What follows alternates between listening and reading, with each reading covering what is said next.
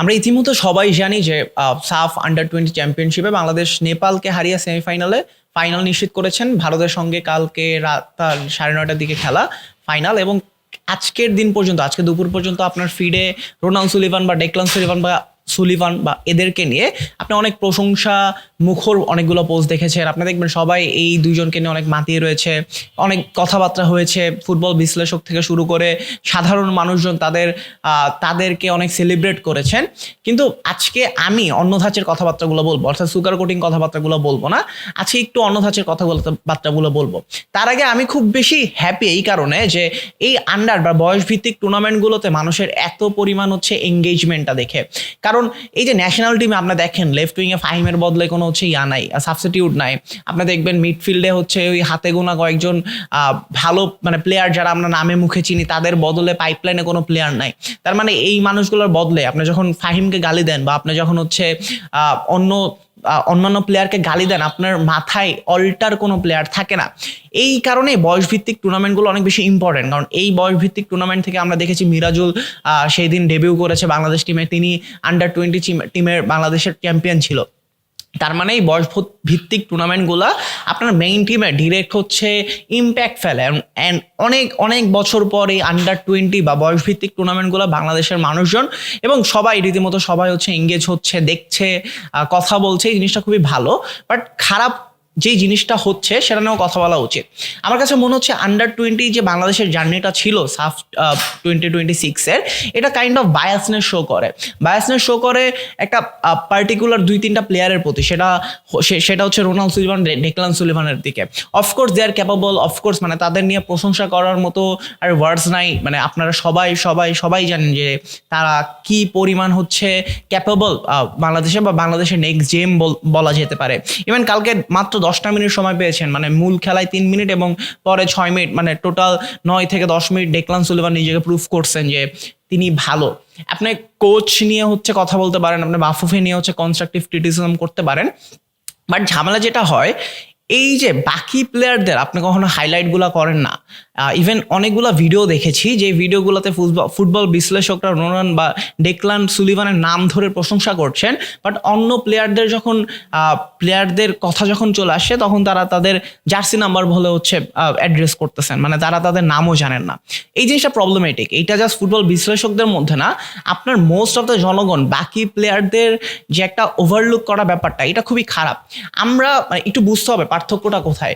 এটা লা মাসিয়া না, বা এটা হচ্ছে রিয়াল মাদ্রিদের একাডেমিক মানে বয়সভিত্তিক একাডেমি না। তার মানে বিদেশে বা ওয়েস্টার্নে বা হচ্ছে ইউরোপে যেভাবে হচ্ছে একটা ইউথ টিমকে গড়ে তোলা হয়, বাংলাদেশের ইউথ টিম বা ওই বয়সভিত্তিক যারা খেলে বা যারা ছোটবেলা থেকে ফুটবল, সেটা হোক বিকেএসপি, সেটা হোক যে কোনো বসুন্ধরার বয়সভিত্তিক ক্লাব, সেটা হোক যে কোনো ক্লাব, যে বয়সভিত্তিক টিম তারা প্রডিউস করে বা খেলা হয়, ওই কালচারটা খুবই ডিফারেন্ট। তারা মেইন স্ট্রিম থেকে অনেক বেশি দূরে থাকে। তারা মেইন স্ট্রিমে কি হয় তাও জানে না, তাদের পাবলিক ইন্টারাকশন নাই, তাদের মিডিয়া ইন্টারাকশন, ওই স্কিলগুলো ডেভেলপমেন্ট হয় না। কেন এটা অনেক বেশি ইম্পর্টেন্ট? কারণ যখন প্রথম ম্যাচের পর আপনার ফয়সাল ফাহিম বা হচ্ছে মুর্শেদ আলীকে সিন্ডিকেট প্লেয়ার বলে গালি দেন, বা এইটুক পর্যন্ত ঠিক আছে, বাপ মা তুলে গালি দেন, অ্যান্ড ওই যে কমেন্টগুলো আপনারা থ্রো করেন, এইটা তাদের হ্যান্ডেল করার মতো ক্যাপাবিলিটিটা এখনো হয় নাই। তার মানে একটা প্লেয়ার যখন প্রথম ম্যাচ শেষে তার ফেসবুক পোস্টে এসে এটা ক্ল্যারিফাই করতে হয় যে ওই ফ্রি কিকটা নেওয়ার সময় তিনি রোনানকে আটকাচ্ছিল না, বরং তিনি কোচের সাথে কোনো কথা বলতে চাচ্ছিল, এই ব্যাপারটা একটা প্লেয়ারের মধ্যে বা আপনি তাকে ওই রকম একটা মঞ্চে যাওয়ার পরে তাকে একটা পিয়ার প্রেশারের মধ্যে যে ফালাই দিচ্ছেন, এই জিনিসটা খুবই বাজে। আমার কাছে মনে হয় যে যেভাবে আপনারা রোনান বা ডেকলান সুলিভানকে খুব সেলিব্রেট করেন, সেভাবে আপনার ওই সংগ্রামের হচ্ছে ক্রসটা সেলিব্রেট করা উচিত। সেভাবে আপনার হচ্ছে মানিক মিয়ার পজিশনিংয়ে দাঁড়ায় ওই হেডটা একমাত্র গোলে নেপালের সাথে যে মানে জয় হয়েছে, ওই গোলটাকে সেলিব্রেট করা উচিত। সেভাবে হচ্ছে মাথায় ব্যান্ডেজ নিয়ে ইউসুফ আলীকে হচ্ছে অনেক বেশি সেলিব্রেট করা উচিত আপনাদের।